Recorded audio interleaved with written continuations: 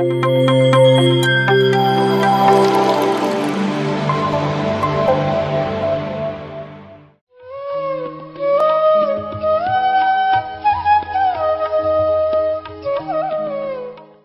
ನಮಸ್ಕಾರ.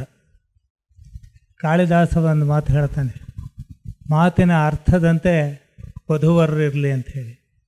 ಪತ್ರಿಜಿಯವರು ಮಾತಾಗಿದ್ದರು, ಅದರ ಅರ್ಥವಾಗಿ ಸ್ವರ್ಣಮಾಲಾ ಮೇಡಮ್ ಇದ್ದಾರೆ. ನಮ್ಮಲ್ಲಿ ಒಂದು ಗಾದೆ ಹೇಳ್ತಾರೆ, ಗಾದೆನೇ ಶಾಸ್ತ್ರದ ಮಾತು. ಶಾಸ್ತ್ರ ಹೇಳುತ್ತೆ, ಗಂಡ ಮಾಡಿದ ಪುಣ್ಯದಲ್ಲಿ ಹೆಂಡತಿಗೆ ಭಾಗ ಇದೆ, ಅರ್ಧ ಭಾಗ ಇದೆ. ಗಂಡ ಮಾಡಿದ ಪುಣ್ಯದಲ್ಲಿ ಹೆಂಡತಿಗೆ ಅರ್ಧ ಭಾಗ ಇದೆ. ಚೆನ್ನಾಗಿ ಕೇಳಿಸ್ಕೊಳ್ಳಿ ಗಂಡಸರು. ಗಂಡ ಮಾಡಿದ ಪಾಪದಲ್ಲಿ ಹೆಂಡತಿಗೆ ಭಾಗ ಇಲ್ಲ. ವಿಮೆನ್ಸ್ ಲಿಬರೇಷನ್ ಹೀಗೆಲ್ಲ ಬರುತ್ತೆ, ಸ್ತ್ರೀ ಸ್ವಾತಂತ್ರ್ಯ. ಅದು ಮೊದಲೇ ನಮ್ಮ ವೇದಗಳ ಕಾಲದಲ್ಲೇ ಹೇಳಿಬಿಟ್ಟಿದ್ದಾರೆ. ಗಂಡ ಮಾಡಿದ ಪುಣ್ಯದಲ್ಲಿ ಅರ್ಧ ಭಾಗ ಉಂಟು, ಗಂಡ ಮಾಡಿದ ಪಾಪದಲ್ಲಿ ಕಾಲಿಲ್ಲ. ಹೆಂಡತಿ ಮಾಡಿದ ಪುಣ್ಯದಲ್ಲಿ ಅರ್ಧ ಭಾಗ ಗಂಡಸಿಗಿಲ್ಲ.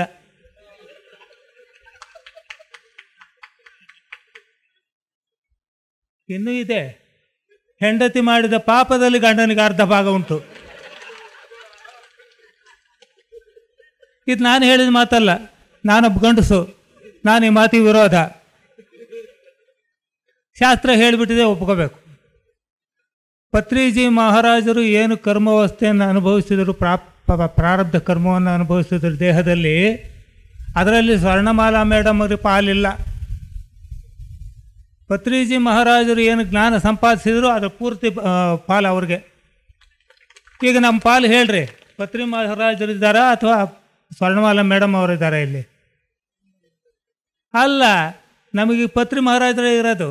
ಯಾಕಂದರೆ ಅವ್ರ ಪುಣ್ಯವೆಲ್ಲ ಇವ್ರ ಹತ್ರ ಇದೆಯಲ್ಲ. ಅಂಥವ್ರ ಎದುರಿಗೆ ಇಂಥವರೆಲ್ಲ ಮಹನೀಯರು ಮಾತಾಡಿದರು, ಉಸಿರಾಟವನ್ನು ಗಮನಿಸಿ, ಶ್ವಾಸವನ್ನು ಗಮನಿಸಿ ಅಂತ. ಎಲ್ಲ ಸಾರಾಂಶವನ್ನು ಇವರು ಹೇಳಿರು, ಉಪನಿಷತ್ತಿನ ಸಾರಾಂಶವನ್ನು. ಇದ್ರ ಮೇಲೆ ನಾನೇನು ಹೇಳಬೇಕು? ಮೊದಲೇ ಹೇಳ್ತಾರೆ, ಮಾತುಗಾರನಿಗೆ ಮೈಕ್ ತೋರಿಸ್ಬೇಡ, ಎಮ್ಮೆ ಗೊಡ್ಡಿ ನೀರು ತೋರಿಸ್ಬೇಡ ಅಂತ. ನನ್ನಂತವನ ಕೈ ಮೈಕ್ ಕೊಟ್ಬಿಟ್ರೆ ಈಗಲೇ 1 ಗಂಟೆ ಮಾತಾಡಿ ನಮ್ಮ ಸರ್ ಎಷ್ಟೋ ಜನ ಕೆರ್ಕೊಂಡ್ರು, ಎಷ್ಟೋ ಜನ ಎದ್ದೆದ್ದು ಹೊರಗಡೆ, ನಾನು ಕೂಡ. ಇನ್ನು ನಾನು ಮಾತಿಗೆ ಶುರು ಮಾಡ್ಕೊಂಡ್ರೆ ಸಾಯಂಕಾಲ ಆಗುತ್ತೆ. ಪತ್ರಿ ನಮ್ಮ ಸ್ವರ್ಣಮಾಲಾ ಮೇಡಮ್ ಅವರು, ನಮ್ಮ ಮಾತಾಜಿ ಅವರು ಊರಿಗೆ ಹೋಗ್ಬೇಕಲ್ಲ, ಅವ್ರ ಜೊತೆ ನಾವೆಲ್ಲ ಹೋಗ್ಬೇಕಲ್ಲ. ಎಷ್ಟೇ ಕುರಿಗಳು, ಎಷ್ಟೇ ಹೊಲ, ಎಷ್ಟೇ ಹುಲ್ಸಾಗಿ ಮೇದ್ರು ಕೂಡ ಸಾಯಂಕಾಲ ಹಟ್ಟಿಗೆ ಬರ್ಬೇಕಾ? ಸಾಯಂಕಾಲದವ್ರಿಗೆ ಇರ್ತಾರೆ, ಮೇವಿದ್ರು ಇರ್ತಾರೆ.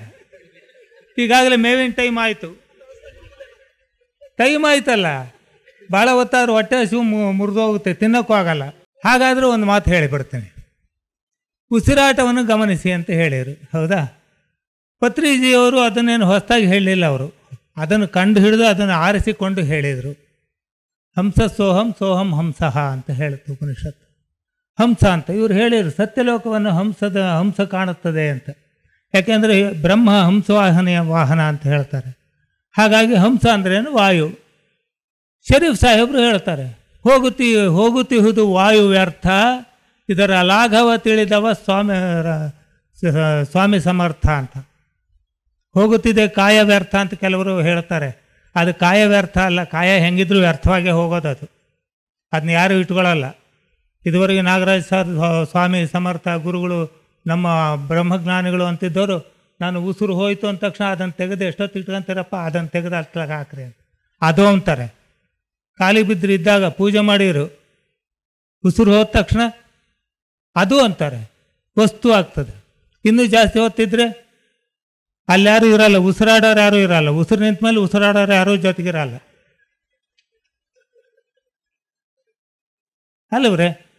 ಸಹಜವಾಗಿರ್ತಕ್ಕಂಥದ್ದು ಪತ್ರಿಜಿಯವರು ನಮಗೆ ತಿಳಿಸ್ಕೊಟ್ರು. ನಮಗೆಲ್ಲ ಗೊತ್ತು, ಅಯ್ಯೋ ಇದು ನನಗೆ ಮೊದಲೇ ಗೊತ್ತಿತ್ತು ಅಂತ.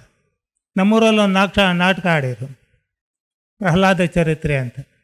ಪ್ರಹ್ಲಾದ ಚರಿತ್ರೆ ನಾಟಕದಲ್ಲಿ ನರಸಿಂಹ ಯಾವಾಗ ಬರ್ತಾನೆ? ಬೆಳಗಿನ ಜಾವದಲ್ಲಿ ಬರ್ತಾನೆ, ಲಾಸ್ಟ್ ಸೀನಲ್ಲಿ ಅಲ್ವಾ? ಆ ಊರಿನಲ್ಲಿ ಒಂದು ಪದ್ಧತಿ ಇತ್ತು, ಬಹಳ ಅದ್ಭುತವಾಗಿ ಮಾಡೋನು ನರಸಿಂಹನ ಪಾತ್ರ ಮಾಡೋನು. ನರಸಿಂಹನೇ ಮೂರ್ತಿವೆತ್ತು ಬಂದಂಥ ಸಿಂಹದೋಪಾದಿಯಲ್ಲಿ ಪಾತ್ರ ಮಾಡೋನು. ಅಲ್ಲೊಂದು ಅನೌನ್ಸ್ ಮಾಡೋರು ಆ ನಾಟಕದಲ್ಲಿ, ನೋಡ್ರಿ ಇಲ್ಲಿ ಯಾರಾದ್ರು ಹೆಣ್ಮಕ್ಳು ಹೆದರ್ಕೊಳ್ಳೋರಿದ್ರೆ, ಬಸ್ರಿ ಹೆಣ್ಮಕ್ಳಿದ್ರೆ ಎಳೆ ಮಕ್ಕಳವ್ರಿದ್ರೆ ದಯವಿಟ್ಟು ನರಸಿಂಹನ ಪಾತ್ರ ಬಂದಾಗ ಹೊರಗಾಗ್ಬಿಟ್ರಿ, ಇಲ್ಲ ಅದನ್ನು ನೋಡಿಬೇಡ್ರಿ, ಮುಚ್ಚಿಟ್ಕೊಂಡ್ಬಿಡ್ರಿ. ಯಾಕೆಂದರೆ ಎಷ್ಟೋ ಜನ ಹೆಣ್ಮಕ್ಳಿಗೆ ಗರ್ಭಪಾತ ಆಗೋದುಂಟು, ಅಷ್ಟು ಭೀಕರವಾಗಿರುತ್ತೆ ಅದನ್ನು ಅಂತ. ಸರಿ, ಪ್ರತಿ ನಾಟಕದಲ್ಲೂ ಅನೌನ್ಸ್ ಮಾಡೋರು, ಬೇರೆ ಊರಿನಿಂದನೂ ನಾಟಕ ನೋಡೋಕೆ ನಮ್ಮಂಗೆ ಈ ಕಾರ್ಯಕ್ರಮಕ್ಕೆ ಬಂದಂಗೆ ಎಲ್ಲೆಲ್ಲಿಂದನೂ ಬರೋರು. ಭಾಳ ಅದ್ಭುತವಾಗಿ ನಾಟಕ ನಡೀತು. ನರಸಿಂಹನ ಪಾತ್ರನೂ ಬಂತು. ಅನೇಕ ಹೆಣ್ಮಕ್ಳು ಬೆಡ್ಶೀಟ್ ಗುಬ್ರ ಹಾಕೊಂಬಿಟ್ರು, ಅನೇಕ ಹೆಣ್ಮಕ್ಳು ಎದ್ದೋದ್ರು, ಕೆಲವರು ಆ ಕಡೆ ತಿರ್ಕೊಂಬಿಟ್ರು. ಸುಮಾರು 20 ನಿಮಿಷ ಆ ಪಾತ್ರ ವಿಜೃಂಭಣೆ. ಅದು ಮುಗಿಯೋ ತನಕ ನಾಟಕ ಅದ್ಭುತವಾಗಿ ಆಯಿತು. ಕಣೆ ಅವಳೊಂದು ಚೂರು ಹೆದರಿಕೆಳಿಲ್ಲ, ಧೈರ್ಯವೇ ನೋಡ್ಬಿಟ್ಲು, ಎಂಜಾಯ್ ಮಾಡ್ಕೊಂಡು ನೋಡ್ಬಿಟ್ಲಮ್ಮ. ಏನೇ ಲಕ್ಷ್ಮಕ್ಕ, ನೀನು ಭಯವಾಗಲಿಲ್ವೇ ಅಂತ ಕೇಳಿದ್ದೀನಿ. ಲಕ್ಷ್ಮಕ್ಕ ಕೇಳಿರ, ಅಯ್ಯ ನರಸಿಂಹನ ಪಾತ್ರ ಮಾಡಿದ ನಾನು ಗಂಡ ಅಲ್ವೇ. ಸತ್ಯವನ್ನು ಕಂಡವನಿಗೆ ಭಯ ಆಗಲ್ಲ. ನರಸಿಂಹನ ಪಾತ್ರದಲ್ಲಿರ್ತಕ್ಕಂಥವು ನನ್ನ ಗಂಡ ಅನ್ನೋ ಸತ್ಯ ಅವಳಿಗೆ ಗೊತ್ತಿದ್ದರಿಂದ ಅವಳಿಗೆ ಭಯ ಆಗಲಿಲ್ಲ, ಎಂಜಾಯ್ ಮಾಡಿದ್ಲು. ಪತ್ರಿಜಿ ಮಹಾರಾಜರು ಉಸಿರಿನ ಮಹತ್ವವನ್ನು ಕಂಡಿದ್ರು ಒಳಗೆ. ಅವ್ರಿಗೆ ಸಾವು ಅಂದರೆ ಭಯವಿಲ್ಲ. ಅವ್ರು ಸಾಯಲಿಲ್ಲ, ದೇಹ ಬಿಟ್ಟರು, ಉಸಿರು ಇಲ್ಲೇ ಇದೆ.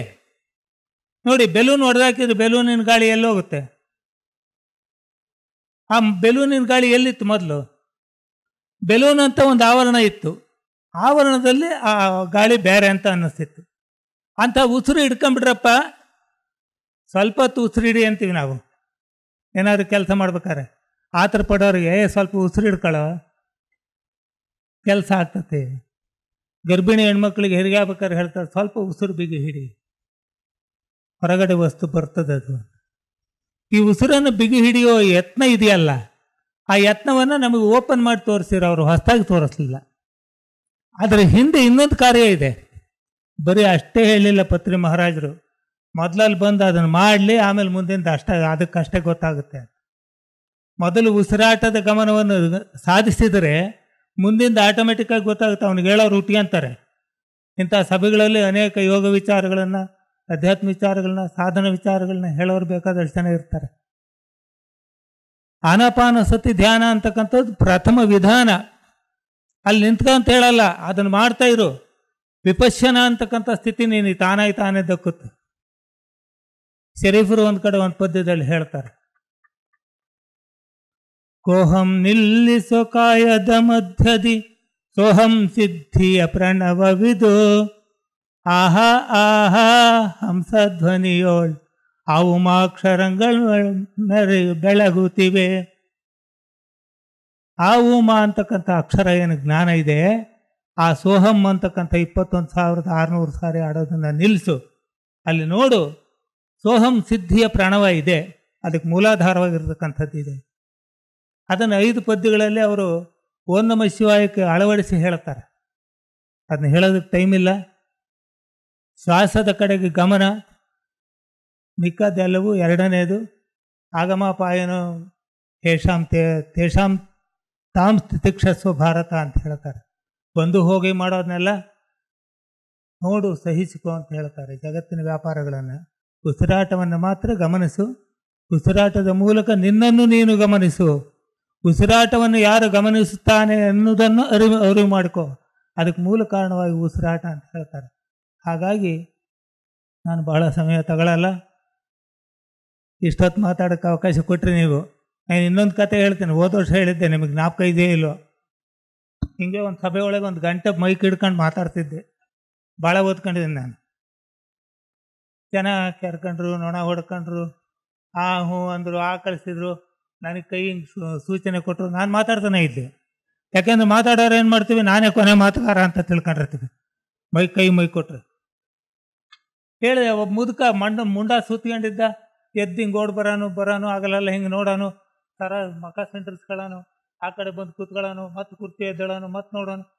ನಾನು ಹೇಳಿದೆ, ಯಜಮಾನ್ರೆ ಯಾಕೆ ಹಿಂಗೆ ಓಡಾಡ್ತಾ ಇದ್ದೀನಿ, ನಾನು ವಿದ್ವತ್ ಭಾಷಣ ಮಾಡ್ತಾ ಇದ್ದೀನಿ, ನನಗೆ ತೊಂದರೆ ಆಗ್ತಾಯಿದೆ, ದಯವಿಟ್ಟು ಕೂತ್ಕೊಳ್ಳಿ.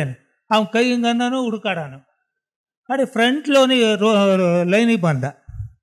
ನನಗೆ ಸ್ವಲ್ಪ ಗಾಬರಿ ಆಯಿತು. ಕೈಗೊಂದು ದೊಡ್ಡ ಬಡಿಗೆ ಹಿಡ್ಕೊಂಡಿದ್ದೆ. ಯಜಮಾನ್ರೆ ನಿಮ್ಮ ಪ್ರಾಬ್ಲಮ್ ಏನು ಹೇಳ್ರಿ, ನೀವು ಹೇಳಿದ ಮೇಲೆ ನಾನು ಮಾತಾಡ್ತೀನಿ. ಅವ್ರು ಹೇಳಿದ್ರು, ಸ್ವಾಮಿ ನೀವು ಜ್ಞಾನಿಗಳು, ಪಂಡಿತರು, ವಿದ್ವಾಂಸರು ಬಂದವರು, ಮಾತಾಡ್ರಿ. ನಿಮ್ಮನ್ನು ಕರ್ಕೊಬಂದು ನನ್ನ ಮಗ ಯಾವನದಾನೆ ಅವನು ಹುಡುಕಾಡ್ತಾ ಇದ್ದೀನಿ, ನೀವು ಮಾತಾಡ್ರಿ, ನೀವು ಜ್ಞಾನಿಗಳು. ನಿಮ್ಮನ್ನು ಕರ್ಕೊಂಡು ಬಂದು ನನ್ನ ಮಗೆಲ್ಲ ತಾನೆ ಅವನು ಹುಡುಕ್ತಾ ಇದ್ದೀನಿ ನಾನು. ಇವಾಗ ಆ ಸರ್ತಿ ಗೌರೀಶಿ ಬರಬಾರ್ದು. ಸ್ವರ್ಣಮಾಲಾ ಮೇಡಮ್ ಅವರ ಪಾದಗಳಿಗೆ ನಮಸ್ಕರಿಸಿ ನನ್ನ ಮಾತುಗಳನ್ನ ಅವ್ರಿಗೆ ಅರ್ಪಣೆ ಮಾಡಿ ನಾನು 2 ಮಾತುಗಳು ಮುಗಿಸ್ತಿದ್ದೇನೆ. ನಮಸ್ಕಾರ.